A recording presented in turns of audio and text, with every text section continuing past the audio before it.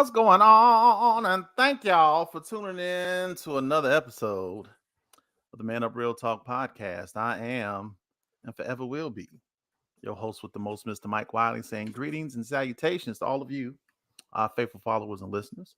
I know y'all could be doing anything else with anybody else. You understand what I'm saying? Especially it's Valentine's weekend. Especially since it's Valentine's weekend. I know your time could be well spent elsewhere, but you're hanging out with us, and I appreciate it. That's right. I also appreciate all the likes and shares, clicks and downloads, and whatever it is that you do to support this podcast, because I know had it not been for y'all, I wouldn't be doing this stuff. I'm just going to be honest with you. I got other things to do. This is stressful. You understand what I'm saying? It's stressful. But y'all keep coming back. So as long as y'all keep coming back, I'm going to keep on doing it. Look, if this is your first time joining us, I want to say welcome. Thank you. Sit back. Enjoy the conversation. This is your second, third, fourth, fifth, third helping. I say welcome back. Because as you can see, your peeps is back on the air with the Man Up Real Talk podcast. Philip Hines will not be joining us on this evening, but he'll definitely be back on next weekend. But I'm not by myself because as you can see, I'm here with Miss Phyllis, a.k.a. Miss Unbothered, a.k.a. the last of a dying breed. That's right. When I die, there will be no more. There will be no more. There will be no more. There probably won't be any more women named Phyllis. I just thought about you got that. You got a really old name. Why you have to say old? You know, Phyllis ranks up there with like Tyrone and people who don't have names, but they just have initials like DC and LB. See, you didn't have to do that. You know, it's bad enough that people have always said, "Oh, I have my grandmother whose name is Phyllis," or my aunt is named Phyllis, or the crazy white comedian Phyllis Diller. Like I'm either affiliated with somebody old or crazy white ladies. But I think my name is sophisticated. So yeah, that's another way of saying old. But we thank God for the name Phyllis. Well, I gotta never mind. Let's begin. For the name Phyllis. Listen, guys, I'm just letting y'all know Satan is mad this evening. He mad. And so you're going to see a lot of glitches and a lot of stuttering and skipping because he mad because he don't like information to get out. And this is one of those shows where we're going to have. Let me get my white dialect going.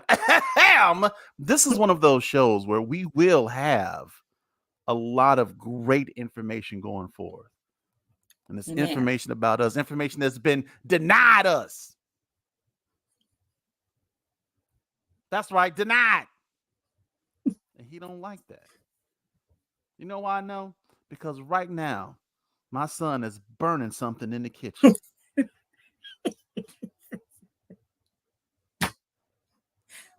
Hopefully y'all can't hear the alarm going off.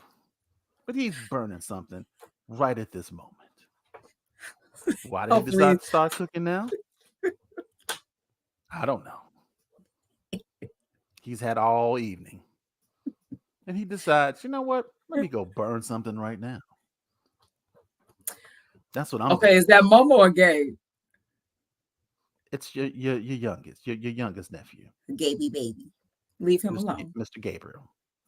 Leave Gaby baby alone. And then Comcast, I don't know what they're doing. For him, let me reiterate. For him. Don't be surprised if he makes enough for everyone in the house. And you're going to have to apologize. Well, when that time comes, I'll do it. When the time comes, I'll do it. Listen, I got to say what's up with everybody in the chat. Mitzi, God bless you, darling. I see you. Brother Tim, what's up, man? Eric is in the building. What's going on, Eric? Appreciate y'all coming out and hanging out with us. Look, we got a good show on this evening. We got a great guest, and he's no stranger to Man Up Real Talk. He's been on more than one occasion, and we always have a great time when he comes on. Look, your cheering section is already chiming in, Phyllis. They already chiming in. Well, first of all, James says that's true. They ain't naming them Phyllis no more. LOL. Well, they not. I mean, Phil is just not a name. You know, it's not a name that they doing anymore. But you're looking fierce tonight, Miss Phyllis. The red. Hey, I will say the red is working. I'm just gonna be honest with you. And the curls is curling. Look, you match my genuine fake diamond watch from Temu. Yeah, it's working. Hey, Eric. Listen. So we got brother Eddie K Phillips. He's gonna come up in a few minutes and he's gonna spit some knowledge as he always do. And listen, I thought it would be cool because we're gonna talk about he has a new ebook that's coming out. We're gonna pick his brain about just some things in regards to Black literature and just everything, stuff dealing with Black history as a whole. And I thought it would be cool if I said, well, let me see if I can get some little known Black history facts that maybe you all were not privy to. I want to be informational. Understand what I'm saying? I want to be able to say I know some things. Because every time I take one of his tests, I fail miserably, might I add. I was looking for some cliff notes, but I was like, I think the last time I tried to take that test, I got a message that said, just stop. I was like, fine. I won't log in again. It said, just stop. Try. I was like, that ain't Ida B. Wells. No, it's not. That's the project. So that's who the projects are named after in Chicago. Yeah, I don't even. Yeah. Oh, that's right. Yeah. Little known Black history fact. Phyllis, see, that's what I'm talking about. Information. But I want to share some other little known Black history facts and some people y'all may not know, but are important to our history. For instance, Mr. Rodney McKenzie, aka Rodney Hot Rod McKenzie. He was the first man to tell somebody you play too much. He coined that phrase. He coined the phrase. And we use that phrase every day. And we didn't even know that a brother coined that phrase. We appreciate Rodney McKenzie. Another person you all may not know is Miss Louise Perkins. Now, Louise Perkins was the first Black woman to attempt to climb into a casket during a funeral. Oh, Lord, take me now. She was the first person on record to do it. Take me now, Jesus.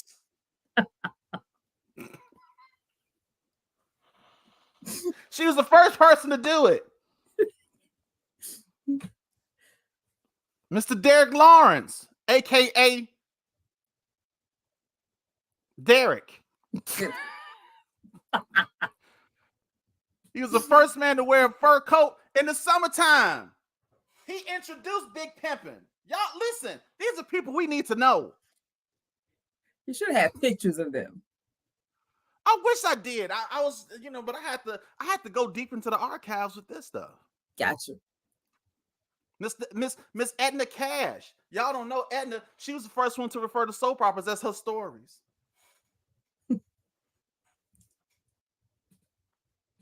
I never knew they were called soap operas. I only knew them as stories. Because Mama definitely said that. Listen, Mama was like, I gotta watch my stories. Like, what? And then come to find out that they were actually called soap operas. Jefferson Clark, he was a young man.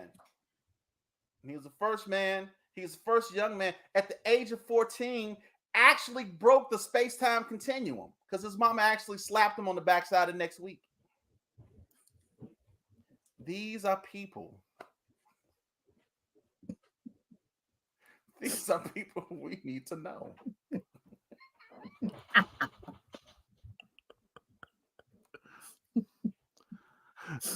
Umar X, y'all may not know him, not to be confused with Umar Johnson, but Umar X, he was actually the first Black male militant to marry a white woman and lived to tell about it. History, people.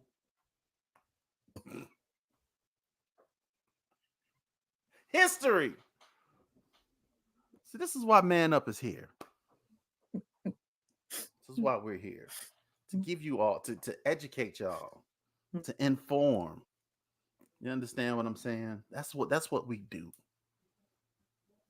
And that's why we have guests like the one I'm about to bring on right now. Because you talk about information. This man listen, I don't throw the term historian around lightly. I don't. But I can truly, honestly say that he is a historian. Because see, he understands that Black history go back further than, it go back further than the Civil Rights Movement. Oh yeah. It goes back further than, slavery. It goes back further than 1619. And I know a lot of y'all love that date because of Spike Lee, but it goes back further than that. And he can tell you, listen, I'm not even saying it just to say it. This man has a wealth of knowledge when it comes to our history. And his show on the Erudition Network that he does every Thursday, it's an interactive Black history show. It's always full of knowledge. Things that I like. When I started watching him and listening to him, it was some stuff I was just like, who knew? And it's crazy the amount of knowledge that he has and the resources that he provides. And this is really, when you really think about it, it's a service that he does for the people. It really is. Because we lack knowledge, y'all. Let's just be honest. We lack it. And you're right, Mitzi, knowledge is powerful. And I appreciate him, and I appreciate the work that he does. I appreciate the labor that he puts in. He is a military man. We thank him for his service. He is a devoted husband. He's a father. He's a historian, and he's also an author. And I present to some and introduce to others, Brother Eddie K Phillips. What's going on, man? Hey, everybody, how you doing? Hey, Eddie. Let me try to situate my camera so I'm more in like. You ain't did you check out the little known Black history facts? I was trying to follow in your footsteps, man, and put some stuff out there for the people. No, those are interesting facts. I like that. Some of them were they got ancestors in our community. I'll put it that way. But the matriarchs of our families. Some of them. But no, it was all good. Yeah. No, I heard Phyllis say earlier about Ida B. Wells. That's a little bit known fact, and a lot of people don't realize. They just think, oh, that's the projects. I remember as a kid, yeah, I'd be talking about Ida B. Wells. It's like, yeah, oh, you live there? No, I'm talking about the history, man. I'm not talking about where you live in, right? But it's just it's amazing. Ida came to Chicago because she was on a run from Memphis. Then wasn't she the one that was writing about the lynchings? Yeah, her book, The Red Record. I think I got one of those books over somewhere. But she wrote an extensive book. It's called The Red Record. And if you read, I'm just looking. If you read, I got some books over here. But when you read that book, Ida was amazing because what she did was she was bold enough because she was Black. She wasn't passing. Mm-hmm. And she was bold enough to go down to areas where people had been actually lynched and burned. And she would interview these people days and sometimes weeks right after the lynching. And she would go talk to the police officers, the people, and the folks who even participated in the lynching. And she would get testimony from them. And they were bold enough to tell her what they did, how they did it, why they did it. And all of that is in her books and her collected works. If you go get The Red Record, she has one chapter in that book that always gets me, and it's called The Burning of Black Bodies. And she just lists all of these Black men and some women who were burned and just put out, and parts of their bodies being taken from it as trophies. And it's important because her work helped to stop a lot of things. When it used to be, when we look at our postcards, we look at the lynching pictures, the post office had to pass a law to say you can't send lynching pictures in the mail, because folks would take those pictures and they would mail them off as postcards to their family just to say, hey, I was at such and such a, like, like Jesse Washington, I was at his lynching and I was right in front, right? And I got a knuckle or I got this part of his body. Up until even in the 2000s, folks were going into great grandmother's stuff and finding body parts of old people, of people who had been killed. So that's a very yeah. And so Ida came there because when I'm going in Idaho, she came there because one of her friends at a place in Memphis, he owned a grocery store. I told you all the story before. He owned a grocery store, and two kids were playing in front of the grocery store, playing marbles back in the day. That's how they used to gamble. White boy and a black boy. Make the story real quick. And so what happened was the black boy beat the white boy, right? It was called the curve. That's what the area that was called in Memphis. And so what happened was another white grocer down the street was angry that this black man had opened up a grocery store there. So because those kids had a fight in front of the store, he took the opportunity, the white man, to start a fight with the people in the grocery store because folks in the grocery store came out to defend the black boy who a bunch of white people had came and started beating and almost killed him. Oh my God. And so later on, he came back with the police. Now, that's the catch. He came back with the police and a bunch of other white men to go up in there and attack people in the store. The owner wasn't even there at the time. And so they came and tried to get these black men out of the store. Well, one of the store managers, workers came out and they had their own weapons, right? And he yanked the weapon out of one of the dude's hands and beat him, pistol whipped him. They locked the black dude up. Everybody thought it was going to be over with, right? Because the people stood up and got the dude out of jail and say, hey, look, these people came here and incited this. These white folks, however, went crazy and had these men locked back up again after one of the cops, they came to come shoot the place up. And one of them shot a cop. So they locked them, the owner up and these people up. And before they could get out of jail again, they came and pulled them all out of jail, pulled them over to the Memphis Railroad tracks, shot them in the face, shot their hands off, mutilated the bodies. And the press were invited to be there. And the press wrote about it the next day.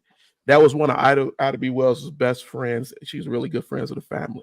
And when she talked about it, she had to flee Memphis to come to Chicago because they were threatening to kill her and her family. So there's a lot of history in all of this stuff. So, and that's just within the last 100 years, So. Yeah.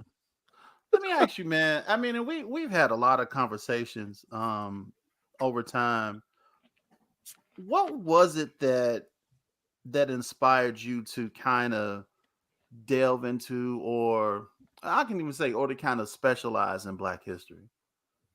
Well, I spent a lot of time as a kid reading a lot. I read a lot of books. And so one of the things that I started to become aware of, and one of the reasons why they never wanted us to read, is I started to become aware of how much of our history they didn't tell us. And I started to become aware that certain things, and Pastor Ray was talking about it yesterday, didn't make any sense, right? That don't make sense. So if it doesn't make sense, then it's like an itch, right? You keep scratching and going, wait a minute, I got to find out why this don't make sense. I think my first major awareness that something didn't make sense was the Bible and Greek myths, because they kept pushing Greek myths on us, man. Every time you would go to English class, they want you to read about all of these myths. And then I started to realize, you know what? Some of these lands, these are Black people. These Greeks are talking about Black people. When them gods, so they was writing about them gods coming down and seducing them women, them was Black women, right?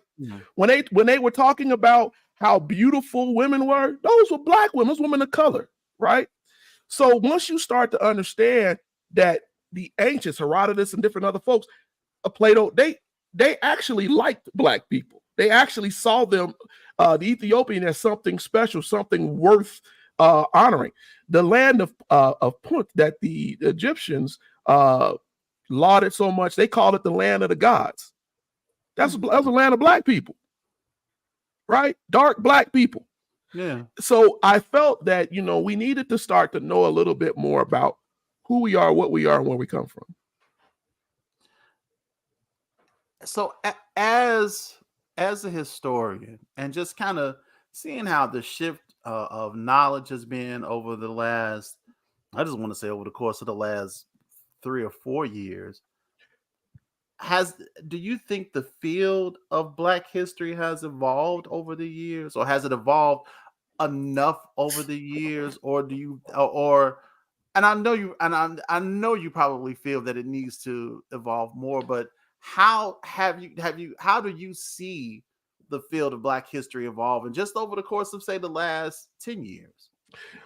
Well, I believe that people are owned. And what I mean by that is if you look at a lot of our um, Black historians who have passed on, a lot of them were autodidact. They were self-learned.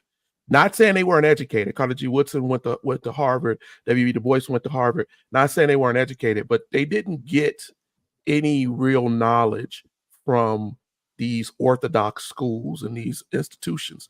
What we are taught is a circular history that continually repeats itself from kindergarten all the way through college, right? You learn about the same people over and over again, and most of those people are usually white. And so what I have seen is I used to ask the question, it's one of the reasons why, as much as I loved history, I wasn't really ready to teach it for a very long time, because I would sit there and say to myself, wait a minute, don't these people know they don't need me? They got degrees, right? Then I would say about older people, don't they know? They lived it, right? And I started to come to the conclusion that, and I was God got me to that conclusion, Eddie, they don't know, right? I would talk to people and they wouldn't know. They've never picked up a slave narrative in their life. They've never picked up a book by W.B. Du Bois in their life. They've never picked up a Frederick Douglass biography in their life. They don't know who these people are. And even if they knew the name, if you said the name and it keyed a thought in their mind, the connection between the person and the actual situation was not there. But what I found is that Black historians weren't even allowed, and I'm going to say that, allowed to teach you a lot of that. Because if I get my degree from a university, and then I come tell you, right, that some controversial thing, case in point, if I come and tell you that the Neanderthal DNA is in non-African people, right? You'd be like, whoa, what are you talking about? That's an insult. Because remember, when we was kids, they used to tell us that Neanderthals, they were stupid people, right? They were stupid people. Yeah, dumb and all this, and that these were early man and all of this. And so I used to say, why don't they teach the reality, right? And then I realized, because the colleges won't let them, universities won't let them. And if you do try to teach it, then they're going to say, hey, you're being militant, you're being you're attacking us. And you see that in the society right now. Folks are saying, hey, don't tell my kids about such and such because that makes them feel bad. That's kind of like what Eric was I think that's what Eric was referring to, because he was saying, why is Black history under assault, for instance, in Florida, that they don't want us to know. And I remember even now they still do it. It was such a pushback about introducing critical race theory into schools. And it's just like, it just feels like this is a part of this country.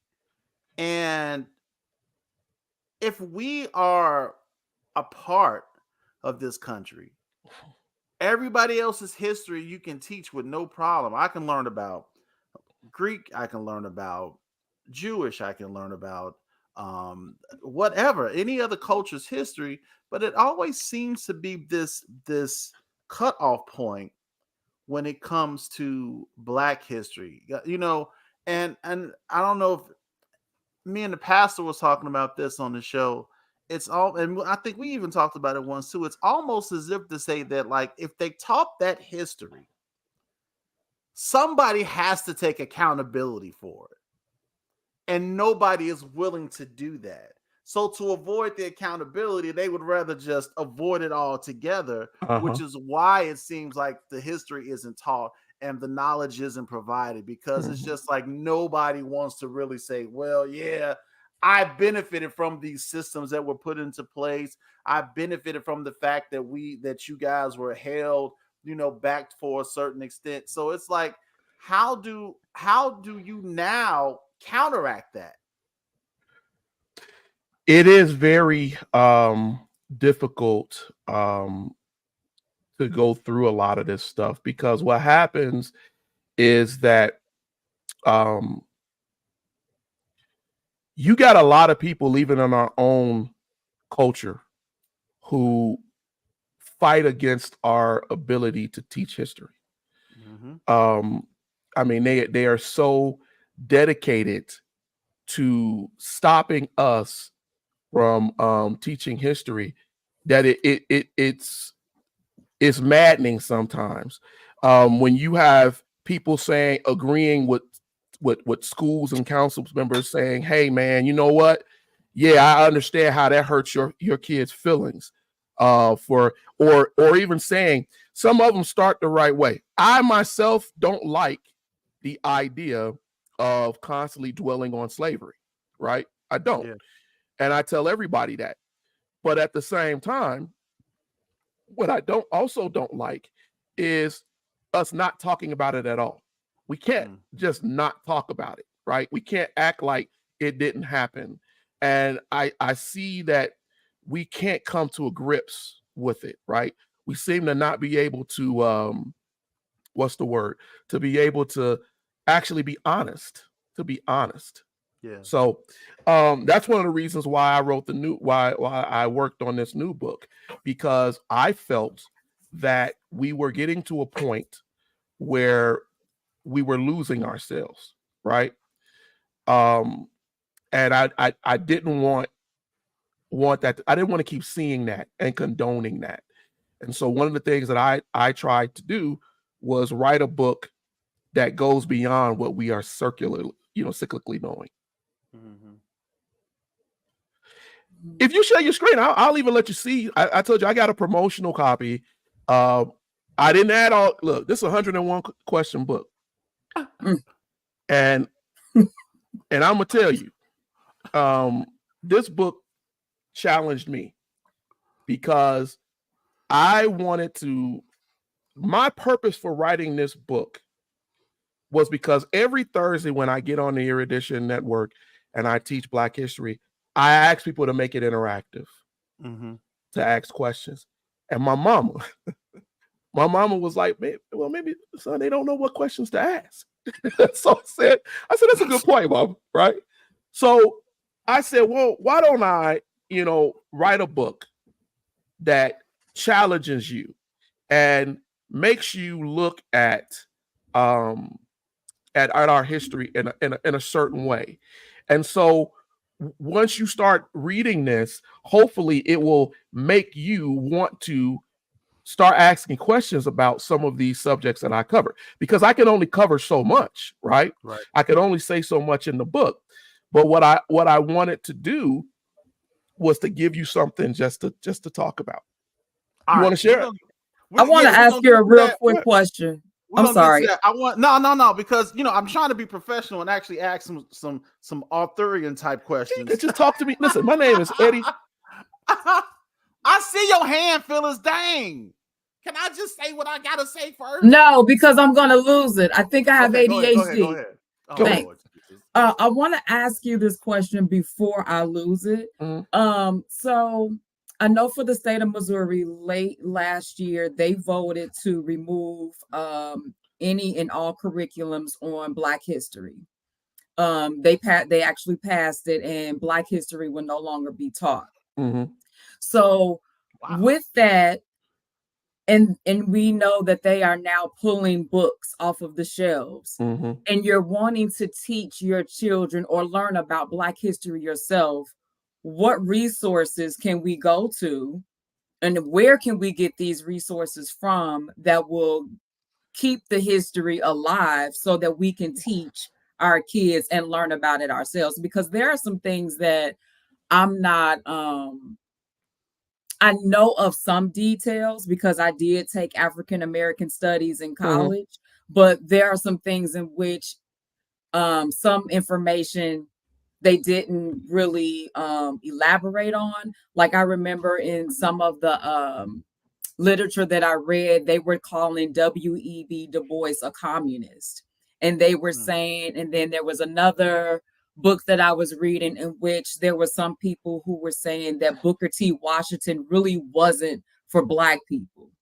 So with that, with knowing that there is a mix, there's misinformation about history, where can we get it from? With the removal of the classes and the removing of the books from library shelves. So what I will say is that they are removing books from the library shelves and our schools and different places. A lot of books that you can get right now, I would suggest that you go out and get the collected works, because what happens is over time, after so many years, right? Some of these books can be put out for free. The authors are long dead, the publishers, and so the limitation on you getting those books has dropped. There are a lot of online libraries started by Black people who just basically want to share this information. I think there's a website called Southern Information or Southern. I'll figure it out and get it back to you all. But they list a lot of older works, right? You can go and pull online the slave narratives, right? The United States went out. There were different reasons why they did it, but it is a benefit that they did it. They went out and they got slaves, people who were born in slavery. Some of those folks, when they gave their testimonies, they were 95, 85, over 100 some years old, and God blessed them to be alive to provide us with the history. Find authors that dedicated their lives to history. Men like Carter G. Woodson, right? Carter Goodwin Woodson, who started Black History Week, which has now become Black History Month. Look towards that. Find. I hate to say it, but find you historians who are willing. Sometimes when they retire, they become very talkative, right? Find public historians like me or social historians who will go out that are giving you facts. What I always say is this: if it's almost like when these people be trying to prophesy. If a historian tells you something and you go pick up the book and you go, what was he or she talking about, right? Then you know that that's not somebody you should listen to.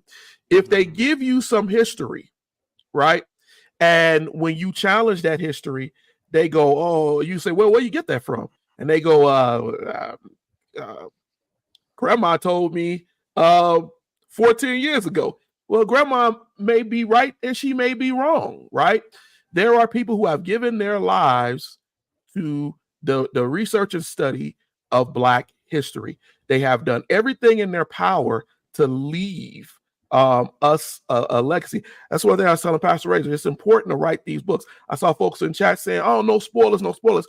No, I created a promotional copy on purpose because I know that there are more than 101 questions, right? I know that our history is more full than that. But I created that promotional copy so that there are questions in there that they didn't make it into the book because maybe they didn't quite meet the criteria that I wanted, the point that I wanted to make. But I don't hide from history, right? This is what we have to do, Phyllis, and I feel bad for people. It's one of the reasons why, my next project right after this is to go and make a course, a 7-day course that takes you from the beginning of history. And I want to do it in 3 parts, like I'm doing these 3 books, where I'm going to take you from the origin of man, and I'm going to walk you through Africa, and then I'm going to get you just to the point where we talk about slavery, but not as we talk about Columbus and the folks that came over and the Europeans and why this happened. And then we'll do another 7-day course where we'll spend time talking about that. Because see, here's the thing. If we don't talk about the science, because I think a lot of times too, people say Black history. There's a book out, very popular. Michael Harriot wrote this book, Black AF History. It's doing very well. Mm-hmm. I read that book. I got an early. I don't know. They act like it just came out, but I had that book a year ago, and I read it, and I said, I get what he's doing, but I don't like it because what you got the right idea, but when we get too stylized, too hip, it's a turnoff for some people. And not only that, we lose the fact. That's true. We lose the fact, right? And once we lose the fact, right, we insult the audience and the reader, right? Because now they're like, wait a minute, man. I was going to go tell somebody this, or I was going to go suggest this book, or I was going to go tell somebody this history and interest them to go read. And now I'm finding what you told me wasn't true. It's based off of folklore and myth, right? And we can't do that. One of the things, if I were to show you all my reference list for this book, I had to take references and say, okay, this talks about it too. Because for each question, I may have had 7 references, right? And I did that on purpose because I knew, I told my wife, people are going to be like, well, we'll make this black dude think he can come say anything about this history, right? And I want you to know that it's based on fact. It's based on fact. When are you starting your classes, your course? So I already have the whole layout for it. I just got on my sons today because they're going to have to help me film it. It's going to, and what I'm not trying to do is overwhelm people. I want to make sure that when we do these courses, when we do these 7-day courses, they're like, you got a day, and they may be like 10-minute sessions or 10-minute subjects, right?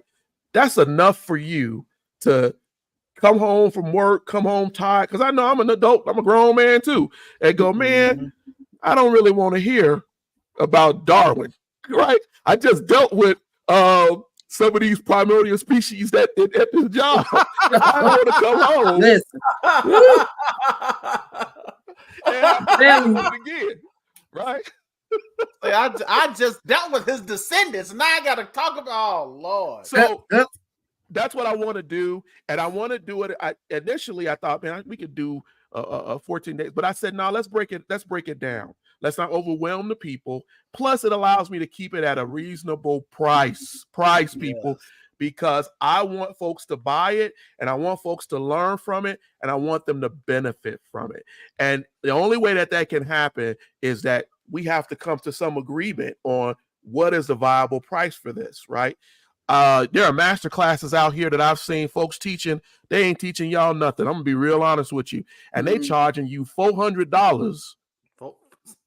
Minimum, Eddie. There's a school in Africa right now where they're teaching baseline African history. And it's like on a Skype call, right? Or what's the name call? You're not even recording this. You don't even keep that, right? So they sit up here and talk for about 2 hours. You done paid $400, $500 for this, and then they walk away. Now, how do you retain that knowledge if you're not sitting there with a notepad, right? Going, and so I didn't want to do that. I want to make sure that this is something that you can keep for the life of, and you can, like you just said, you can sit here with your family and you can go over this lesson, right? And you can say, hey, let's go read about these people. Hey, that sounds like that's interesting, right? That's what I want you to do, because if we can't get it in our schools, if they're trying to take it out of the society, we got to do something in our homes to make sure that our families are informed. Mm-hmm. I saw somebody post a question, and well, it may not have been a question. It may have been more of a response. When we were talking about when Phyllis was mentioning how they're voting against the books in her state and how they seem like they're trying to take that knowledge away. And Tina was saying that we're returning to word of mouth again. I know we've talked about this because, on TikTok and any social media platform, it's so many people spewing just crazy information. And I joke, this is one of my favorites, is how the Grand Canyon is the back door to Africa. I love it's so absurd that I love it. I'm like, that's the craziest thing that I ever heard. But it's like, but the thing that's more crazy than that is how there were folks who was co-signing it. Yeah. And how they were believing it. As Yeah. a historian or as someone who specializes in Black history, and you don't have to give me a lot of them, but what are some of the biggest, or give me a couple if you can, of the biggest misconceptions about Black history that you've encountered? Well, probably the biggest misconception is conflation. What happens a lot, Black history has enough pain in it that I ain't got to make it up. And what happens, I see a lot on social media more than anything else, is that people conflate. They go about this process of making something worse than what it was, right? Slavery was bad as in itself, and I think that's the crux here. But then you want to add things to it. Well, they fed cut slaves up, dried them out, and fed them to chickens, or they buried them alive and for days, and a lot of this stuff doesn't make any sense. And it is the reason why I do not like the fixation, Hollywood-wise and culture-wise, with slavery, because we have conflated. Here's the problem with that. When we conflate it and we blow it up more than things were, or we lie about something. That's why I tell my sons why everything we put out on erudition has to be fact-driven. Because the moment I lie to you, or I blow it up more than what it is, there's going to be a white historian who's going to say, see, that's why you can't believe nothing that they say. Because once they making it up as they go along to try to get us to pay them, get them money, and we didn't even do it to them. And you actually are starting to hear some of that. And so that whole Grand Canyon thing was complete foolery. But there were people who believed it. There were people who didn't understand that the antipodal map, because that's what it's called, right? If you use an antipodal map, you can look from one side of the earth and it's a line that goes, imaginary line that goes straight through. They didn't think about the fact that, as you were saying, at Africa, I can dig through the ground and I'm in the Grand Canyon, right? Doesn't even equate to Africa. It's stupid. Sorry. You in the middle of the Indian Ocean somewhere. But yet you there were so many people who co-signed it, and people who were like, oh, don't fight it. Believe it. Look. To see, when people spit knowledge, y'all call them crazy. No. When It's they the same talking thing crazy, I call them crazy. It's the same thing with the flat earth theory, right? The flat earth theory was made up by a white man to sell books. He that whole thing that Columbus didn't know that the world, we was all taught that in school. Columbus never knew that the world was round. Yes, he did. Not only did he know that the world was round, he knew that there was gold over there on the other side of the world. And you know why he knew? Because he had a map. He had a map. The Portuguese gave him a map. Right. This is why when you look at the way that his Hispaniola was named, the islands that they sailed up into, everybody act like Columbus was the dumbest sailor in the world and just sailed over and didn't know where he was going. He just happened to crash just into on the land. water. Like, oh, look at this here. This is what nice. Sailor? I was in the Navy. Eric was in the Navy. What sailor sails out somewhere and I don't know where the heck we going, right? But I'm gonna tell you what they did know. The Portuguese had dealings with the Muslims, and the Muslim slave trade was happening before the transatlantic slave trade. Manu Musa, the richest man in the history of the world, the man who was throwing gold trinkets out when he was going to Mecca and giving folks, fortunes. He messed up the economy in Africa because he was just giving gold away. Right? They already knew that people were sailing from Africa, right? From West Africa over to islands in South America and over in America. They knew this. The Portuguese knew this. They had a map of it. It's called the Piraeus map. Go look it up. And they had the coastlines already laid out. When Columbus got here, he told the people, he told them, right? They rolled up and the dude said, now think about this. How do they know what language these folks speak? But the indigenous people said, yeah, black people came through here and they're the ones that showed us how to build our spearheads. And then they went north. Columbus wrote this in his own journals, but we ain't taught that. Right. We told Columbus just rolled out.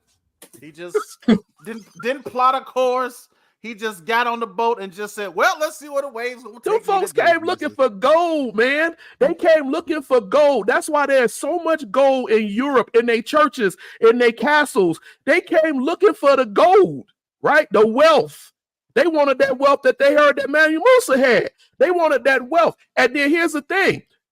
Manu Musa had sailed over and vanished. He never came back. Mm. So they asked themselves, wait a minute, whoa. The richest man in the world sailed out of Mali and went over there to this other side. He didn't come back. Hey, let's go get this gold, bro. Let's go get this gold. Why do you think the conquistadors came there cutting folks' ears and noses and fingers off if you didn't have enough gold, if you couldn't find, because we know that gold is over here. So the history that we teach is not the history that is factual. We teach an Americanized Western system of history. And most of it, if we were to be really honest, if we don't teach the early world history, we're teaching 1865 to now. In other words, we're teaching slavery to now. We're not going to spend time talking to you about human prehistory. We're not going to spend time talking to you about Mesopotamia, as Pastor Reyes is doing, or the ancient Greeks, or the Romans, or the Roman Republic, and the Roman Empire. We're not going to talk, and we definitely ain't going to talk to you about Africa. We're going to tell you that there's nothing good ever came out of Africa except the property that we stole. That's what we're going to tell you. So it's deep. That's crazy. So look, let's you got your screen up. You want to share it? Yeah. So I look, because I hear my wife on here. Look, they all in the comments. Somebody said, we need to see what you're doing, and come on, we can't stand this suspense. But they're having the misunderstanding that this is a spoiler, ladies and gentlemen. It's not a spoiler. Because I ain't gonna remember it after today. It's not even about that. One of the things that I definitely wanted people to understand, and we're not going to go too. I didn't put a lot in this. You're screaming on my camera. But what I want you guys to understand tonight, and I want people to understand, what we're going to do is we're going to try to promote for you, and I'm not going to share a lot because I didn't put a lot. This is beyond in the promotion. But I wanted you to see this book and at least the cover. I don't know why it's acting. All right. So this is what we're doing. We're going to do about 101 questions, right? The actual book is 101 questions. Tonight, we probably only look at maybe 2. But I wanted to show you. Wait a minute. Did you say 2? Yeah, because that's about all we're going to be able to probably really get through. She talking about stop teasing, give it up. I know. Look, I want this book. I wanted this book. Let's see, now my thing is black, so it's real slow. I wanted this book to man, you embarrassing me, book. Come on, I just was looking through you. Maybe it's because it's Tina. I wanted this book to showcase this. All right, so here's my table. This is we're only going to cover one or two of these questions, right? These is all promotional questions. One thing I will tell you that I did in this book is I broke my book down in sections. So I don't believe that you can talk about Black history without talking about Darwinism and not talking about genetics. If you don't talk about genetics, there's a problem, right? Because God gave us the science of genetics for a reason, right? Mm-hmm. So first one of these things we're going to look at. Genetic studies have shown that non-African populations have traces of Neanderthal due to inbreeding. And it's just a true or false question. And I think I gave y'all the answer to this earlier. They do. Non-African people have that in them. And then I break it down to you why. That's an extensive answer. Because here's the thing. I'm not going to the question and answer. The answer has to be something that you benefit from.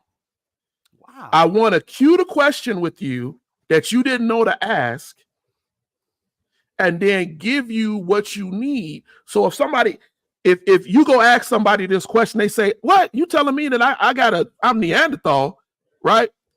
You go, "Yeah, you are, right?" And I'm gonna tell you why you are.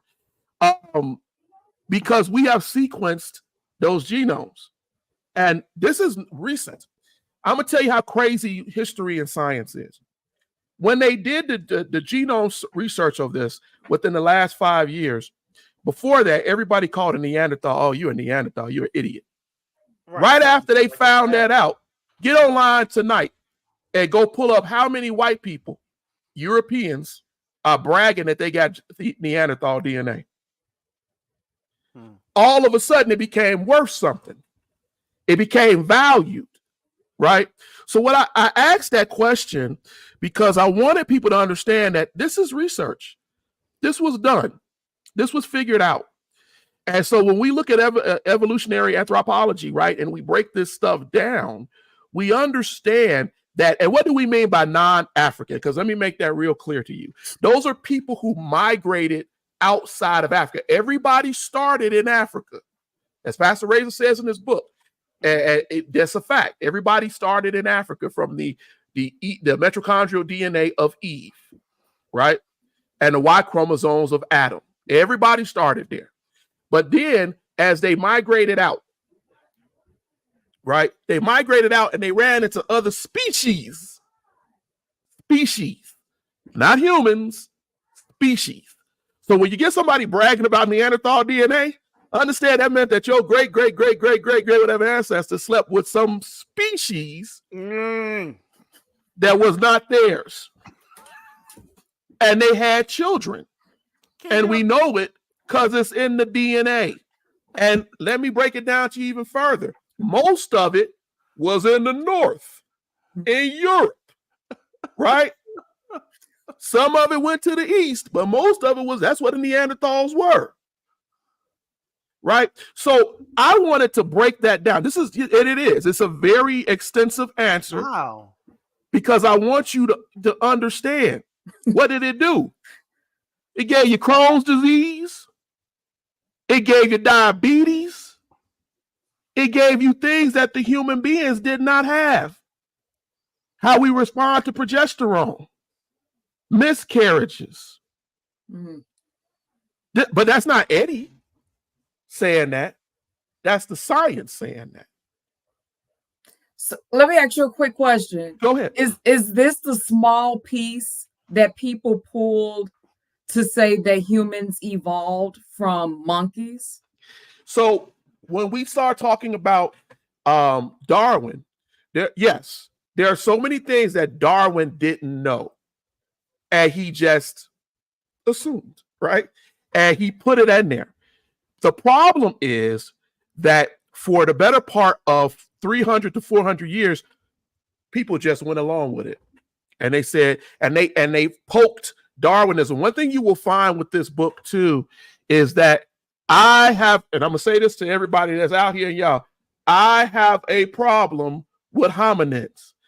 Any pre-creature that is not a Homo sapien, right, has not been Australopithecus, Cro-Magnon man, all these people, they have not proven that they are your ancestors. They have not proven it. But they tell our kids that in school. They show the progression of man, and they have not proven it. And the reason why we know that that's a problem is because the Homo sapien that you see in Africa and the early pre-man, they existed at the same time. How are you right, going to be another creature when the creatures that you say you coming from or who should have been a past way, they still here. You sleeping with them. It doesn't make any sense. Can you imagine what the dating scene was back then? It's crazy, ain't it? Like, it's crazy. She ain't even a 10. Like, well, what is she? She's so look, girl, what's your interest? Then, there are so many parts of when I wrote this part about the origin of man, I said, man, people are gonna get mad. But I don't care because it's all fact-based, right? We need to stop teaching lies. Look, she's about to read this answer and text it. Tina's the best. Tina's the best. I saw that one page. I was like, okay, that's a lengthy answer. Then he paged over. I was like, oh, it continues. I'm like, dang. Yeah. I want it to be worth your time to go through. And here's another thing: this book you can use this book as a playbook with your family. You can go over it as many times until you really acquire and you retain the knowledge. I tell my sons all the time: we read a lot, but do you retain? And the retention of knowledge is very important. So the more you go, that's why I wanted this book to be interactive, because the more I click that question, the more I do what I do. I'm going either I'm gonna get it right or I'm gonna get it wrong, right? But then I can go back and I'm going to learn. What happens if you pick the wrong answer? So if you pick the wrong answer, it's going to take you to a page where it's going to say, oops, try again. And then I try to be nice to you. And I'm going to say, hey, you got this. If you keep getting the wrong thing. I also give you, in the book, I give you a hint, right? It may be a one-sentence hint. It describes the gradual environmental change in humans. And then I'll tell you, go back now. I know you got it. So are those options, are those actual real terms? Or are those just like, okay. Now, do you define each of these? No, you know what? And that's a good point, Chris. As I was going through this book, I think in my next book, I will do that. Mm-hmm.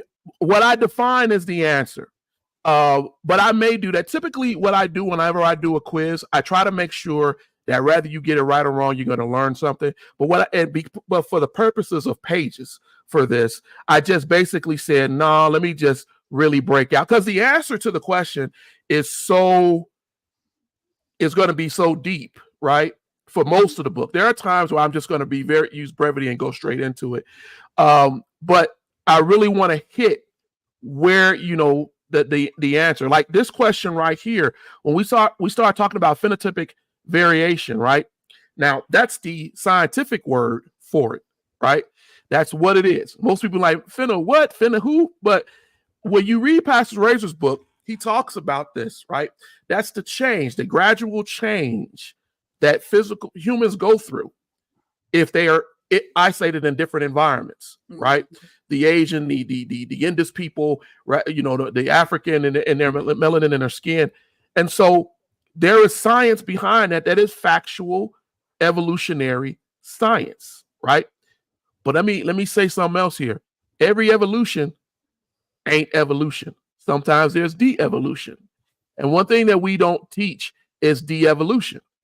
And it's not to be mean. The geneticist and historian Frances Cress Welsing, she used to say in her lessons that, and even in her books, that the white skin that you have is a mutation. It is a mutation that that happened due to your inability to drink certain milk, kind of animals' milk in Africa, your inability to process sunlight. And so those people left and they went north, right? Other people went east, and they went to places where the environment was less threatening for them. And over time, the environment also played into that phenotypic variation that makes you more comfortable where you are.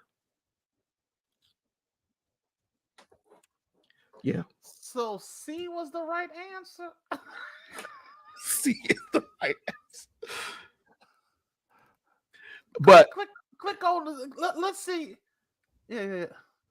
Oh, okay. Yes, and it'll break it down for you. You are correct. This is what it is. This is what this pigmentation is. This is how it is. This is what it does. And then you will go into it.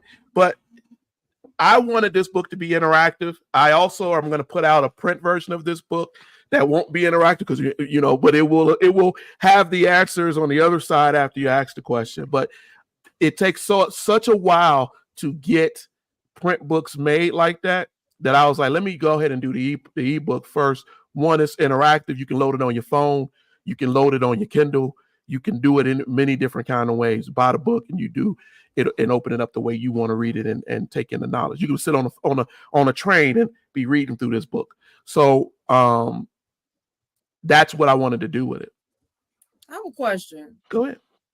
First of all, I'm gonna let you know right now, I am not the type of person that is like geographically smart. I get turned around in my own neighborhood. I am a landmark person. When you tell me to go left at McDonald's, I'm gonna go left at McDonald's. Don't tell me to go north no, don't do that. So we had an international teacher to come to the university where I used to work at, and she was from Thailand. Mm-hmm. And she was basically saying that the UV rays are higher in Thailand. So I'm like, but they ain't got melanin like us. So like, I'm trying to see how does that compare to, I guess I'm trying to figure out like, what's the correlation with Thailand and Africa and other continents? So when you look at that situation, you have to look at the Toba situation. There's a volcano that erupted Toba and it blew up. As man made his way from Africa and made his way through the Middle East, made his way through Turkey and all those different places, as he got over into India and China, Indonesia, and going down also into Australia, there was a major cataclysmic event called Toba. When Toba happened, this volcano blew up and it immersed a whole part of the planet in this ash and soot. Some argue for 100 years, some say 500 years, some say up to 1,000 years. There were effects of Toba, and the people who were cut off, because they were cut off, there was a mutation that happened. Mm-hmm. So that phonetic variation happened because of that environment. It was more acidic. There was less ability for you to plant certain things. That's why you wind up with the eye is the way that Asians have their eyes. That's why you wind up with the skin tone that they have. It is different than, say, the African. The other thing that we also have to add into that too is that when Africa is I think I said that I went over this one time on Erudition. If I haven't, I need to go over it. Africa is a 3 to 4 layer country. In other words, Africa has wetlands, it has deserts, it has mountains, it has different breakdowns, right?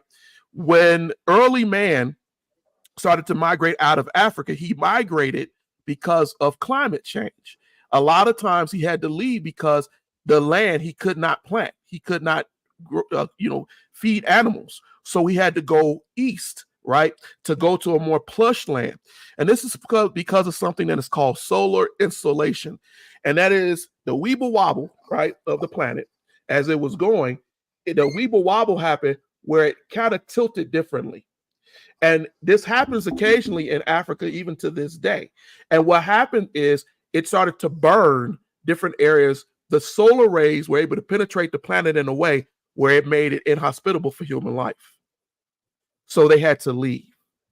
So there are many reasons why that phenotypic variation happens and how it adjusts because of the UV rays, the different things. And I try to cover that in that. And I think, matter of fact, in this part, it says human populations also exhibit variation of facial features. East Asians, for example, often exhibit distinctive characteristics like the ephectic folds in their eyes, a slight fold of skin, and flatter facial. And it explains why that is because of the different things that they had to deal with. Wow. We don't get taught this, but we are quick to, I say we, America most definitely is quick to point out somebody's difference without explaining, wait a minute, we are all human beings, right? We all come from the same mitochondrial Eve. but there are differences in us because of the things that we've been exposed to. Mm. Well, dang. So did the testing of the atomic bomb contribute to the that could, yes, that has had effects too. You look at the people in Japan right now, there are still people generations down that are still affected by the atomic bomb, right? About what happened when we dropped the atom bomb. Everything we do to this planet affects us in some way. You will notice that there is an increase right now, a major increase throughout the world in skin cancer, right? All over the world. And it is because of the thing, one, that Weeble Wobble, that solar insulation I just talked about, and also the fact of we are a world of people who have forgotten. Pastor Razor said that last night, and I agree with it. We're not as smart as our ancestors. We've gotten so dependent on these things that we don't really think about what's going on. People will stand out there and be shot at filming. Yeah. Right. And so we got to start being more aware, more mentally aware of what we're doing and where we're coming from. Dang. I know. No, it's a lot. It's really a lot. As you were talking, I'm sitting up here reading the answer like, I didn't even know. But no, I love it though. Now imagine y'all. It's 101 of these. Yeah. Let's do another one. You got another one. You got another one, Ed? Yeah, it's 101 of these questions. Yeah, these are just our promotional. And see, that answer wasn't a full answer, right? Yeah, I'm okay. I'm sorry, I asked. But bust the pearls. What a sneaky thing to do. There's so much to that. I think that last question talks about this cat who was out in the 60s.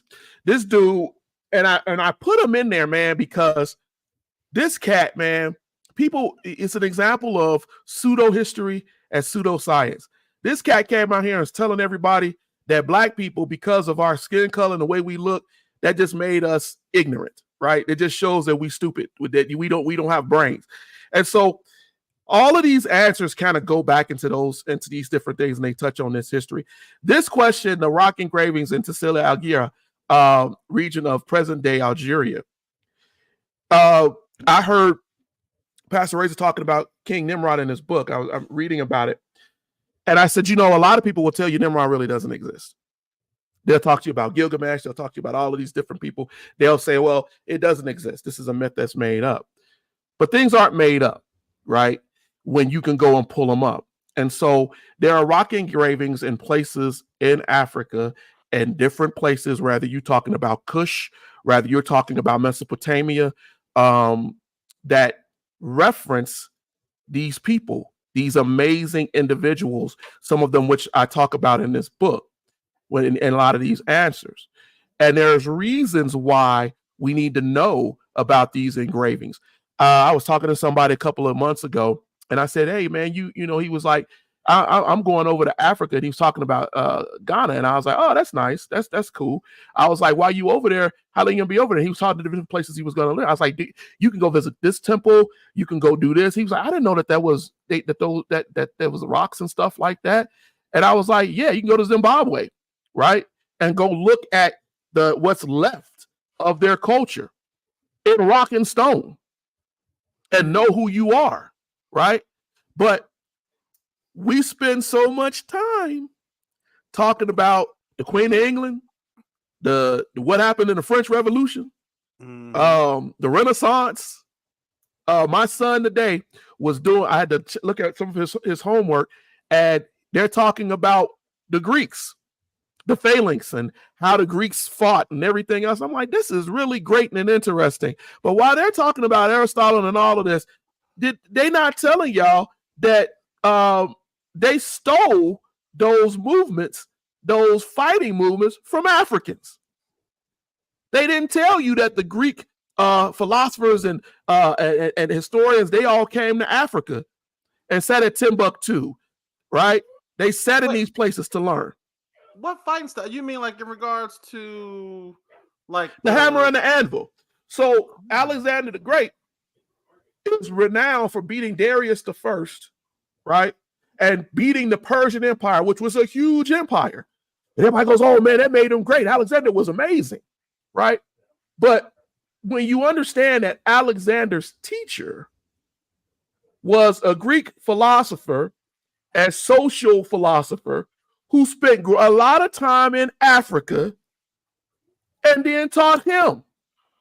He used the African technique to beat Persia. And he used it multiple times. But historians know that. But nobody's sitting here telling you that of how this happens, right? But oh my God, this woman, nobody pushes more than my wife, right? I was sitting here. Now I'm gonna tell y'all, I had to code this book, right? This wasn't like Eddie just sits here and he goes doop doop doop. I had to code this to make it interactive. That was a lot. So you also you coded it. I had to go in and do HTML like you would do on your website, and I had to make it link to itself. So for every page that you get, like if you answer this wrong, right? Wait. Oh, that's the wrong answer. Dang, because I sure was like, oh, it was in Black Panther. It had to be rhinoceros or hippopotamus, right? Because I'm thinking the ostrich is too soft, and then the other thing, what was the other one listed? It was ostrich, rhinoceros. That's a couple of things. I forget everything I put on, but was the hippopotamus on there? Yeah, I think I thought hippopotamus because I was like, it's got hippopotamus and a buffalo. Okay, so I was like a rhino because it was in Black Panther. So.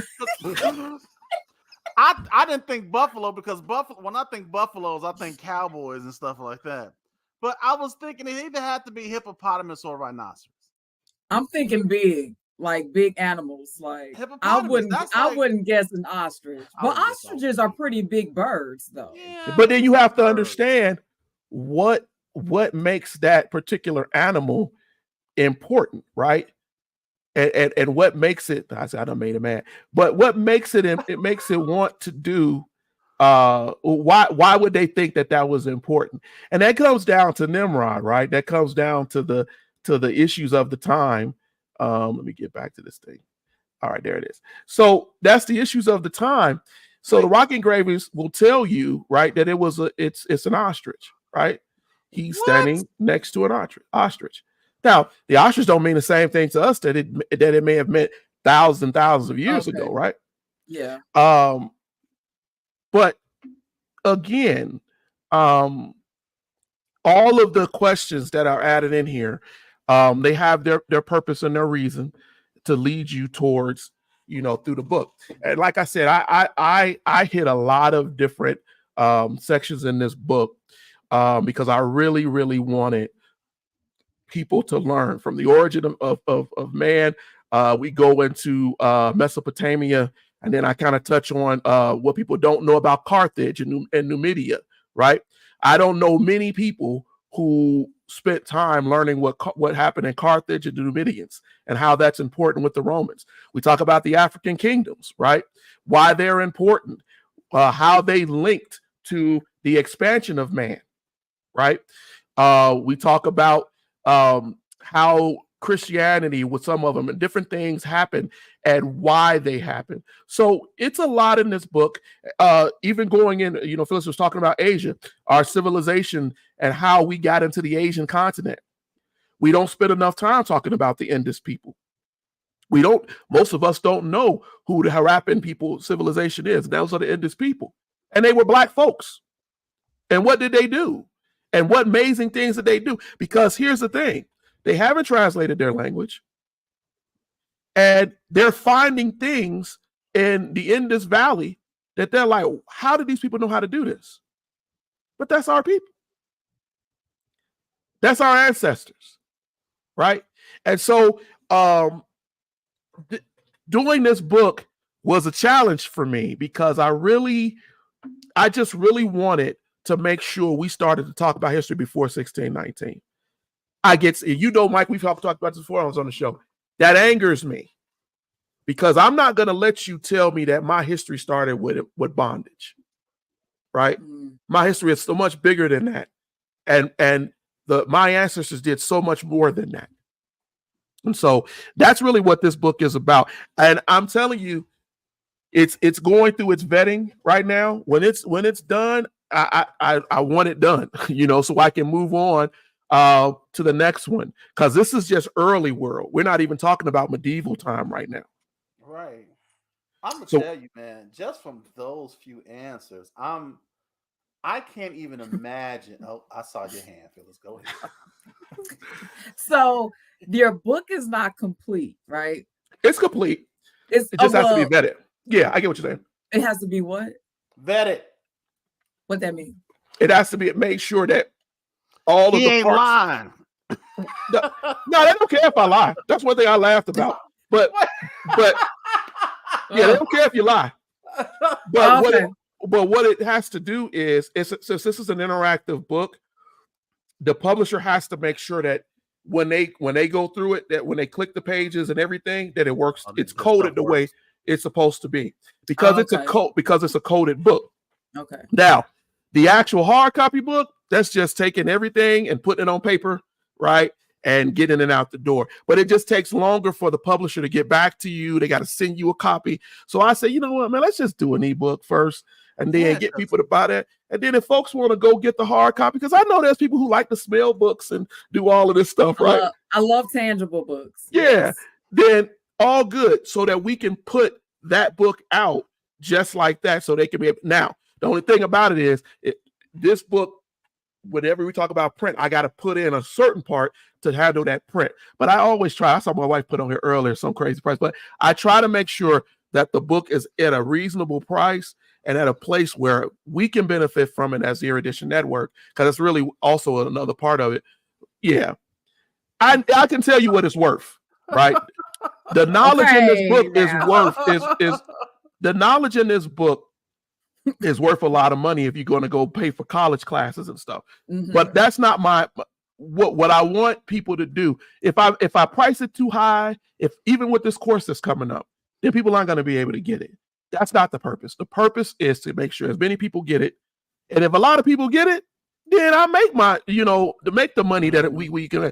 But we want to make it so that people can get this product.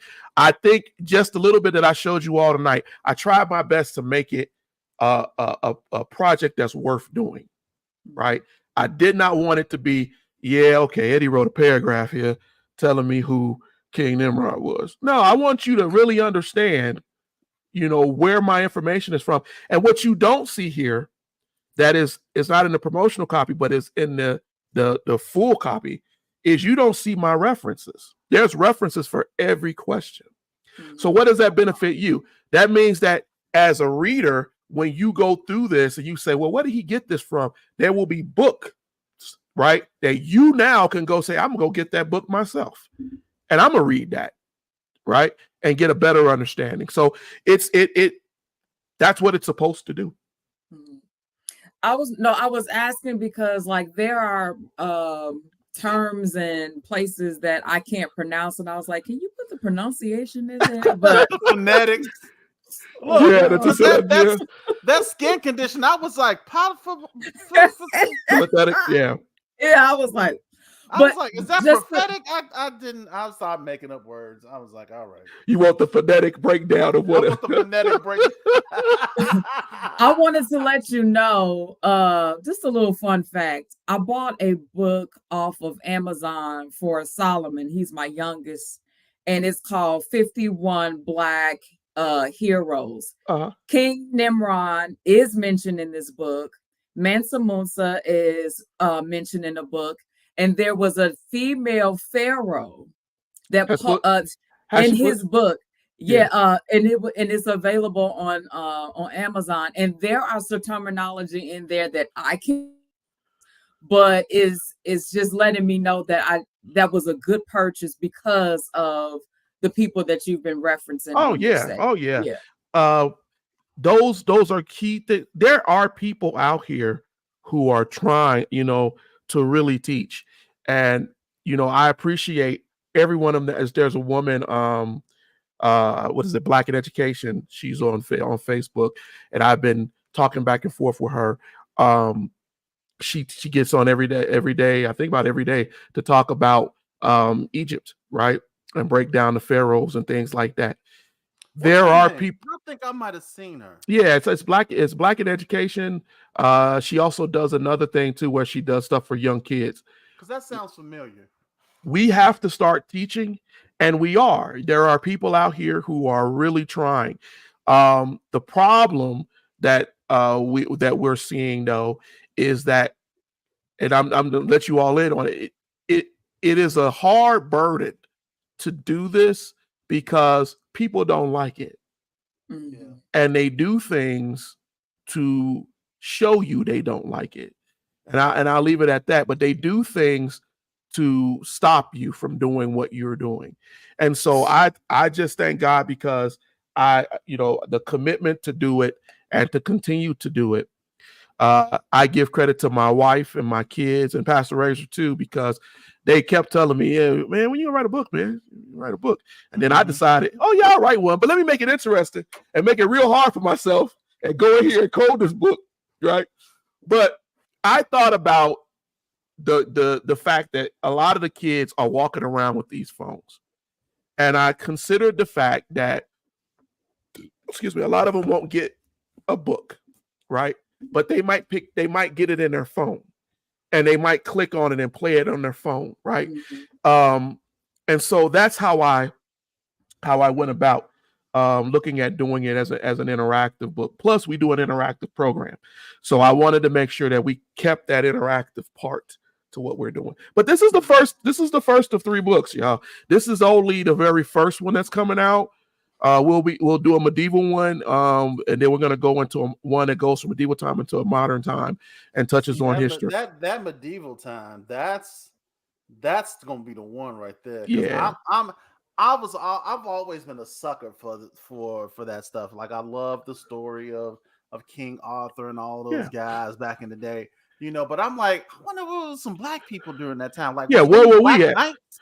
Yeah, like where was we at? It's like, was it any black knights? Like Sir Lucius or something like that. I'm just saying. Black Lucius. Black people were in those areas, right? We know they were. They Britain had to be. Britain. It is believed that Britain has this name because of tin, right? Because the Phoenicians, who were African, the Carthaginians, they sailed into the Atlantic and they went up to Britain, right? Now, when they tell us that black people wasn't going nowhere, that wasn't the fact. There's a reason why the Roman Empire wanted to destroy Carthage, right? There's a reason why I cover the Carthaginians and the Numidians, right? Because what they obtained, and when you are a conqueror and you take over a land, you also take the knowledge. Yeah. So it's a lot. That's what's up, man. Listen. Now, when you start charging $200 for this book, will you offer book vouchers? And will I be able to sell it back? Yeah, be like, okay, I got what I got. I got what I needed. Listen, I just need you to make it available on Affirm or paying for. That's all. Paying for it, kind of, yeah. That's the thing. What's it? Klarna? Klarna, yes, sir. Quad pay. But I do want us. That's my next biggest step, man. I really want us to start doing these courses. This book really helped me to kind of isolate what I felt we really needed to cover, and I really appreciate being able to do that. Getting those 101 questions really kind of show me, we don't know this, right? And so now all I got to do is put them into sections. I do an hour every Thursday doing 10-minute lessons on something. That ain't that hard, right? At least that's how I like to look at it. But doing it and getting into it, trying to get my sons, they're going to be to help me to do it, get it filmed. We're going to get that done. Get that out here. Great, man. Real quick. I'm someone who is trying to step my Black history knowledge game up, and I need 3 books that can kind of start me along the way. Okay. What 3 books would you recommend? Well, I would initially, some of them will probably surprise you, but my what I would tell you, the first book that I think that you should read is Souls of Black Folks. Mm. If you have, I read Souls of Black Folks every year, once a year. Phyllis, are you writing this down? Yes. Thank you. Then what I would suggest that you do is you go get Carter G. Woodson's books. Now, it doesn't matter to me which Carter G. Woodson's book that you get. You can go get the History of the Negro Church. That's one of them. Carter G. Woodson also has a book. What's the name of that book? Because there's many different. Miseducation of the. They try to take the Negro out of it. Miseducation of the Negro is another great book to have. A Century of Negro Migration from Carter G. Woodson is another one that you could definitely have. Now, once you start reading those, right? I think also get W.B. Du Bois's Gift of Black Folks. That's another one. Once you get through those books, now you're going to have to start reading some stuff that ain't going to be very pleasant, right? Go get Robert Wilson Schufeld's book, the Negro Menace to American Civilization. And it's usually free. For history, just to get a broader understanding of history, plus some Black history, Howard Zinn is always, get Howard Zinn's A People's History of the United States. And I think those books will start you where you need to go. And they will start to get you where you need to be. Now, and we mentioned Ida B. Wells' The Red Record, another great book. But when you start reading Black history, it will start to lead you in certain places. It will start to guide you to other books because the writer will mention somebody. And then once they start to mention somebody, it interests you. Another great book, too, as I'm thinking about it, that you could get is Lies My Teacher Told Me by James W. Lowen. I heard about that one. Lowen, he passed away, I think it was last year. James Lowen was somebody, he was a white guy who spent a lot of his time trying to teach history in the correct manner. He is someone that is definitely worth reading. And he is someone that is greatly missed. But yeah, those are good books to start your journey and get you on your way. Now, if you just want to be able to read about your ancestors, go online. Don't pay for it. Go online and look for sites that have the books or the links to the slave narratives, and read those. You got to read them all in one day, but just read through them and start to know what some of our people went through from their own words, not made up, not told, right? And it will help you to start to break that down. You know what's sad is that I had a colleague, she's a little younger than me, who didn't believe that there were postcards of lynchings. And I did a presentation based off the book called Without Sanctuary. And I went to the HBCU library here to pull it so I can, to check it out so that I can show her. It was not on the shelf. Oh, yeah. There are, there's an app.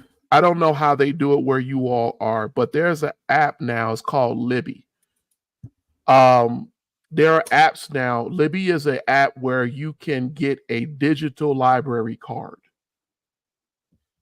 and you can connect to other libraries. The thing about Libby is it at least gives you the opportunity to go see who has a book, right? And once you start looking through different libraries, you can be able to say, man, okay, because there are a lot of books that are taken off of these shelves. And I'm going to tell you, there is also some conspiracy to it also, where people take some of these Black writers' books off of library shelves because they know the library is not going to easily get it back. and they keep it so that you can't get to it and you don't have the access to it. It is one of the reasons why usually when I buy a book, I also buy a digital or ebook copy, so I have both. So if anything ever happens to that book, I still have that, right? Because I want to be able to access my book any way that I possibly can. And I think sometimes people don't realize, like even with Kindle and I think Barnes and Noble's app too, those files, when you download those things on your computer, like your Kindle, whatever, your computer, there is a place on your computer where those files are. So you can save those files off of there, right? And open them with other apps that will open it up. And now I got a way to keep that copy of my book no matter what Amazon or anybody does. Good stuff. All right, listen. Libby. We're about to get up out of here. Is that Libby? Libby. Libby. Why don't you tell the good folks where they can find you, Your Edition Network, when the book is expected out, and all of that good stuff? I expect this book to be out come next week at the latest because they're vetting for the vetting. But I am on every Thursday. Every Thursday, I'm on teaching Black history. Every Thursday night at 5, my time, Mountain Standard Time, 6 o'clock Central Standard Time. I spend an hour on at a minimal to try to go over some part of Black history. Sometimes it's based off of the fact of what people send me in. They send me chats or send me videos or something like that. And sometimes it's because something has happened and makes me think, okay, we need to talk about this. I'm always open to people giving us something to cover on Erudition on the Black history side. Tina, as you know, is on Mondays. The boys are on Wednesdays. But my biggest thing is to go and teach our history. You can find us at the eruditionnetwork.com. I'm trying to work on our website coming up here too to try to get it more refined. It has more of my writing and different stuff on there and some videos and some links and stuff, but we want to get it more in line with what we're doing in social media. You can join the Erudition Network Black History Interactive. If you have a Facebook account, there is a group that is on there. I drop specific things sometimes in that group that may not necessarily be on the main Erudition network page on Facebook, because we have that too. But the group allows me, like I uploaded a PDF file that explains the mutation of man and how when white people, I don't know way to say it, came into place, right? And I put that on. That's on the Erudition page? That's on the Erudition group. If you go on the Erudition group and you go for a document, there's a PDF that I put in there that I put it there because one of my friends who is a white historian was like, no, man, we've been around longer than that. And I said, no, you really haven't. And I gave him the evidence of why they really haven't and why it happened, right?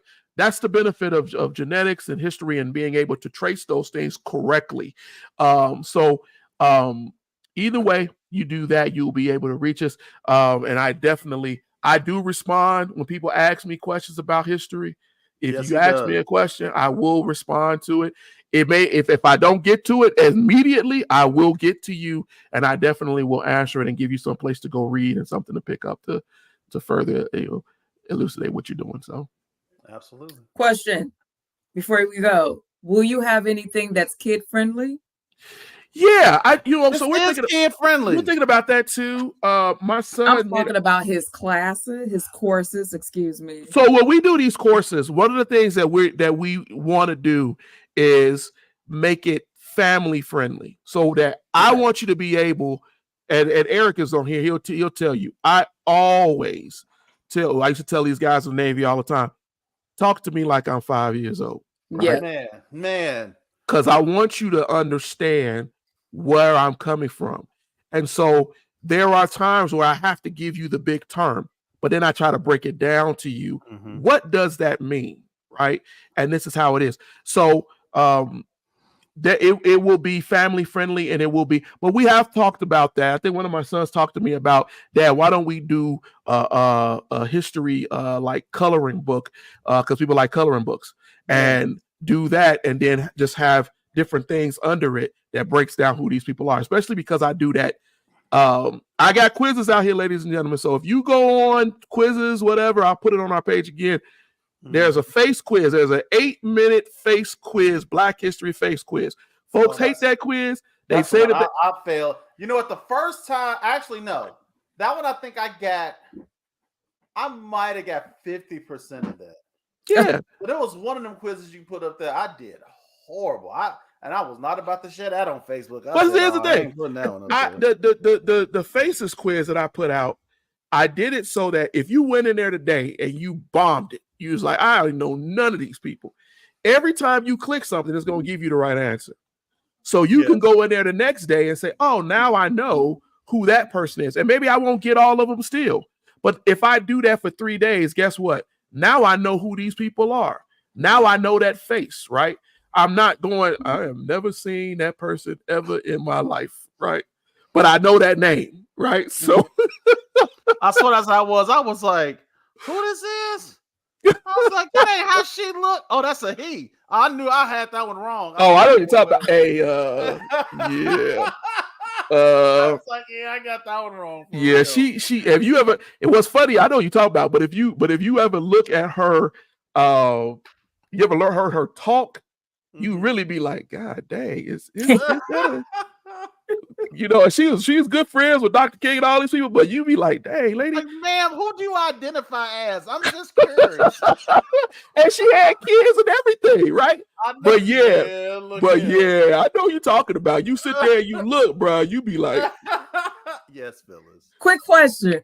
Well, what are your thoughts about when people are now saying that there were transgender Oh my God. Thought I want to ask you that. See, I wasn't gonna go there because we can save it for another segment, but we'll have to say that for another segment because I saw that. I was like, I'm not gonna ask that. Look, first off, they told us that the Egyptians wasn't black. Yeah, right. And now they try to tell us Egypt is Africa. Yeah, they try to tell us all kinds of things, and so yeah. All I will tell you is when you get this book, there are parts where I talk about the African kingdoms, and you get these questions in this book. You will know about the Elamites, the Sabians. You will know about the Phoenicians. You will know about the Carthaginians and the Numidians, right? You will know about the Egyptians. You will know about all of these, the Examites, all of these people and how they interacted on this great continent of Africa.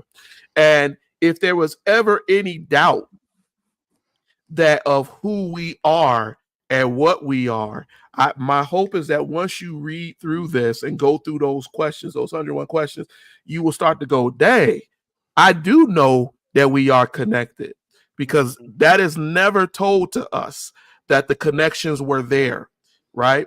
The Oyo people and what they did and why they are infamous, right? They weren't always infamous, but what made them infamous? And so all of those things, I think, will help us to be able to get through this lunacy that they keep throwing at us. And they throw it at us to try to confuse us and keep us distracted. It's so much stuff. Like if you ever just go on social media, it is so much misinformation out there. And that's why, and I know I've told you before, man, but I appreciate what you do.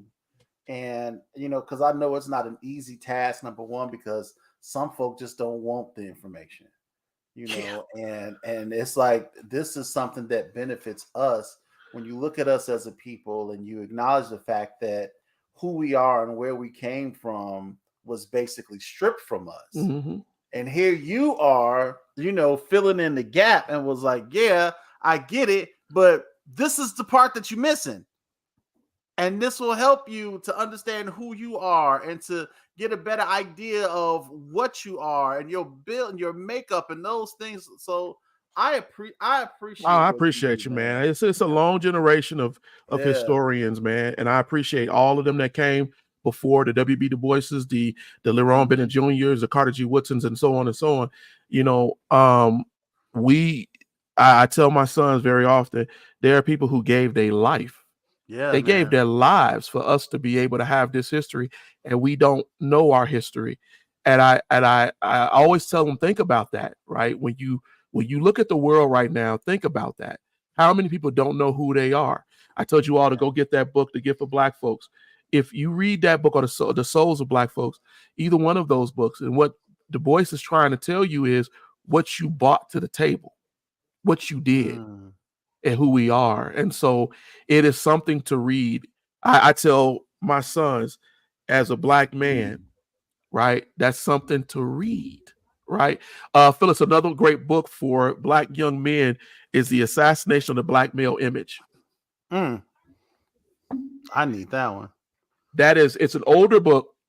I don't think he's done any revision on it, but I've had my sons read that because that is true. And there is one more, and I promise will be my last book to suggest. This is you could get this. I believe you can get it on Amazon. I told my sister to do this. It's Countering the Conspiracy to Destroy Black Boys. What's that first word? Countering the conspiracy. Countering the conspiracy to destroy Black boys. This series, Dr. Kunjufu, yes, that's his name. He worked on this book for years. And it was little sections books that he did. He has some stuff online too, I think on YouTube, older stuff you can find. But that's a great book for young men, Black men to read. Okay. So you do have a website, correct? Yeah. Can you do me a favor and put these lists of books on your You know website? What? You're not the first person that told me that. Because I got a bunch of sticky notes here. Yeah, I need to do that. And I'm like, my OCD might kick in and these might end up in the trash. No, I need to do that because I will, because that is something, you're not the first one to tell me. I'm like, man, just put a list, right? Because these books are, and when I will do that. And I like to try to get people, I understand everybody can't find a book. So what I try to do, if I can't find the book, I try to see if I can find it, or I can't find a print book, if I can find it somewhere for free. And if I can find it for free, I'll send you that link too, right? Even if you printing off a PDF, right, you at least getting the knowledge. So I learned about this website called Thrifty Books that have books available, and they are affordable as well. Yep. Yeah, that's what's up, man. On your website, start your Black history journey here. Have all of your reference, man. Yeah, that's what's up. Eddie, look, I appreciate you, man. Yes. And no, for real. I don't just say it just to be giving lip service, man. I really do. I appreciate you. I appreciate the work that you do. I appreciate the labor. I appreciate, because it's a labor of love, man. And I know, and just from how you talk about it and looking at how extensive this ebook is going, I'm gonna be honest with you. When it was like ebook, I was like, oh, it's gonna be one of them true or false type things. You was gonna be like, correct, so and such and such, blah blah blah blah. Next question. You have a book inside of a book. Yeah. When it comes to those answers, and I try to tell people, Mike. I tried it a couple of weeks ago. I said, this ain't just a quiz book. Right. It will say quiz book, but this is a book.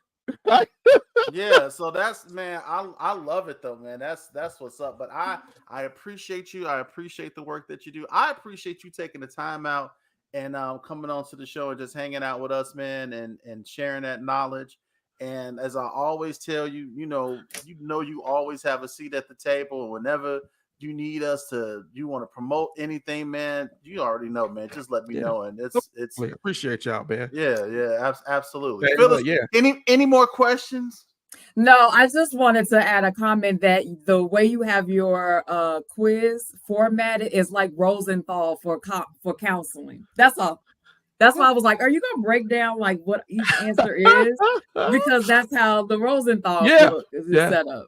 Thanks. Oh, no problem. I appreciate you all. Thank you for having me on. I know we went way over the time, but I wanted to make sure I gave you all the due diligence to let you know. I told Pastor Ray, he was on my show the other day. I was like, I could go into history for a while. So sometimes I had to tell myself, just shut up. Just shut up. It's okay. It's a snow day for the boys, so I don't have to pick up Noah today. So that's good. That's why I was like, can we do one more? I wasn't tripping. Yeah, and and my boys, well, your boys, my boys, But look, while we was on here, one of them, all I heard on the stairs was. I'm like, did he just fall down the stairs? I hear my boys. I'm like, we talking about Black history, and no talking about some nigga get in there and get. Yeah. I'm like, yeah. Believe me. Like, I hope they didn't go across the microphone. I'm so sorry. I understand. When everybody look, when we say boys, young men, it's a different thing entirely, man. It's a different man. I joke about it all the time, Eddie. How I be live, and Michael, it never fails. He will walk right in here. Dad, I'm about to go to the gas station. You want something? I'm live. You better write on a sticky note 3 super donuts. Look, this is what I do. I'll be like, Michael, I'm live. He'd be like, my bad. Then he'd be like this. Just text me what you want. And then he'll dip out the At least Solomon, that was like last week when Solomon was coming in. Can I have a snack? I'm like, I had to mute myself. That's Matthew. Hilarious. That is Matthew. His mama right in the other room. He'll come in here and ask me for something. And I'm like, boy, your mama, go ask your mama, right? That's boys, man, and that's boys. It's just what they are, man. Listen, I wouldn't trade it for nothing, man. No, I would, because I don't like being the only girl. Yeah, you see. Oh well, you and Tina got something in common. Tina can talk. Look, let me tell you something, Eddie. I dealt with that for 20 some odd years. Me too. I was the only boy. We were friends, though. We were friends. I mean, we was cool. I'm just saying, though. But it was house full of women. Look, my dad made sure he wasn't in there too much. He was like, I catch y'all on the flip side. Nah, I got 5 sisters, and I'm gonna tell you, 5 of them, and from the one right under me all the way to the baby. Yeah, they all a mess. They will do things, and I love every last one of them. But every last one of them, man. Yeah, but every last one. And then look, and then I married. And then my wife, all sisters. All sisters. Oh, God. But she came into a household of all men. So, yeah. So I guess the trade-off was okay. It's an even trade. It equals. Listen, I appreciate you all that hung out with us on this evening. Listen, y'all like, tag, and share. Oh, yeah, Tina, are we still good for Monday? I don't know, Philip, did I mention that to you? No. Oh, she just wants you to be. Oh, okay. Wait. I'll be traveling Monday. I will actually be headed you all's way tomorrow morning. Yeah, I know you'll be coming up this way, and I won't be leaving until to come back. And I will I'm be leaving on Monday. Tina, do you want man up or you just want Phyllis? I'm just saying. Just said all y'all. She said all y'all. My wife is crazy. Just specify who you want on there. Okay, now when is this? Because I'm gonna be traveling back on Monday. Hers is Monday at what I think it's normally like, ain't it normally like 6 o'clock, Eddie? Like our time, I think. Yeah, I think, but she has the opportunity because I think that's a holiday. If she wants to do it, whatever time she wants to do it, whatever time y'all got available. I don't care. It's not my show. She makes her decisions. I won't be able to do it Monday. I'll be traveling. She does what she gonna do, and she tells me, well, I'm gonna do this. So well, hopefully Philip will be all right. Yeah, Phil, man, I missed you, man. I hope everything's good. Everything's good. Hopefully he'll be all right, and we'll all be we'll be on there Monday. If not, Tina, maybe we'll have to reschedule so you can get us all on there. Because if you're gonna we have still need an all-girl show. Like if you're gonna have man up, you need all. This is too much. You see how they be attacking me. You see how Tina put this this crystal flower on my desk. I was wondering what that was. And then she tried to be slick, right? And put a balloon, but the balloon died. He said died.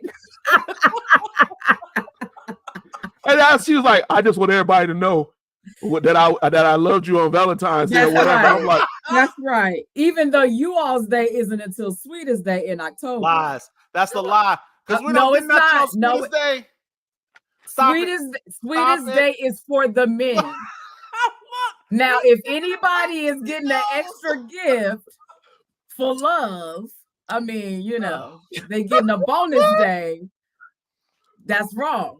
That's the first time I heard of that. But, sweetest day is for guys.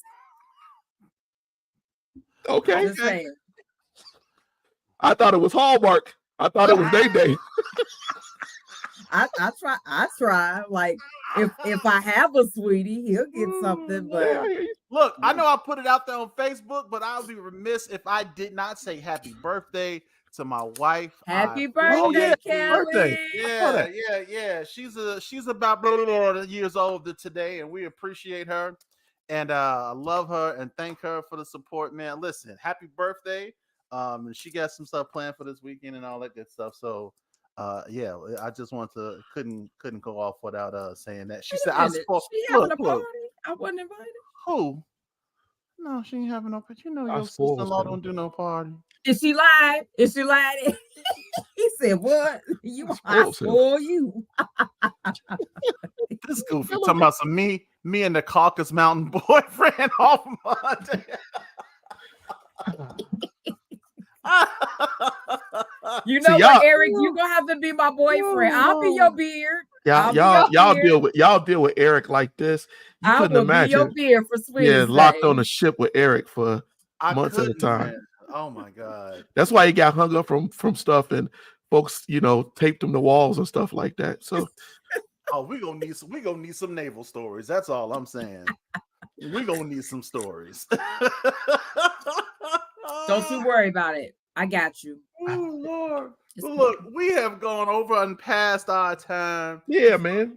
But this is what happens when you have good conversation, man. Amen. And so I appreciate it. I appreciate our guest, Brother Eddie Phillips. And listen, the celebration continues. Next week, we're gonna have Brother Antoine Mitchell on. Listen, this brother wrote, illustrated, and published his own comic book. Oh, that's good. Yeah, dude, Eddie. And the artwork is fantabulous. I'll be watching.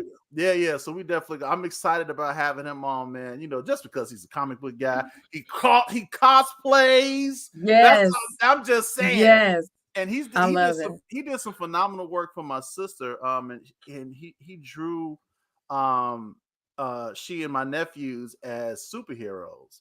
And wow. It's dope, man. So I'm really excited about him coming on. I was excited about you coming on. I was excited about all of our guests coming on, but I'm excited about him. And so and that'll conclude our month-long celebration of Black authors. And we're gonna try to keep it rolling. Tina, you may need to come on in March, since we're gonna be trying to celebrate the women folk. Yeah, I'll let you and Phyllis run amok for an hour and a half on here. And see how that I think the boys was trying to reach out to you, Mike, because they wanted to do a comic book episode of their show, so they may reach out to you at some point. Look here, look, they got my messenger, you got my messenger. Tell them whenever. I'm down for it. Yeah, they wanted to reach out to you because he was talking about it the other day. So yeah, cool. Yeah, man. So it's gonna Miss Tina, I'm ready. Anytime after Monday next week. To be honest. Just not Monday. That's gonna be a show right there. Yeah, it's gonna be a hit. I don't even know if I'm ready for that one. But we're gonna get ready. Listen, I love you all. I appreciate you all. Yes. Remember to like, tag, and share this video. Listen, if you ain't got nothing else to do on this weekend, I encourage you just to call somebody up and tell them that you love them. Amen. Love on your people, man. Listen, time is short. And sometimes you don't get the chance to. So if you haven't told somebody that you love them in a while, listen, give them a call and just say, hey, man, I ain't want nothing. Don't need nothing. I just want to tell you that I love you and I appreciate you. You don't have any idea how that affects a person and how far those few little words can carry people. I mean, some folks just need to hear it. Some folks never hear it. Never hear it. Understand me when I tell you, some people never hear it. Some people never get hugs. Can you believe that? Just never get hugs, never get people to hug them and say, hey, man.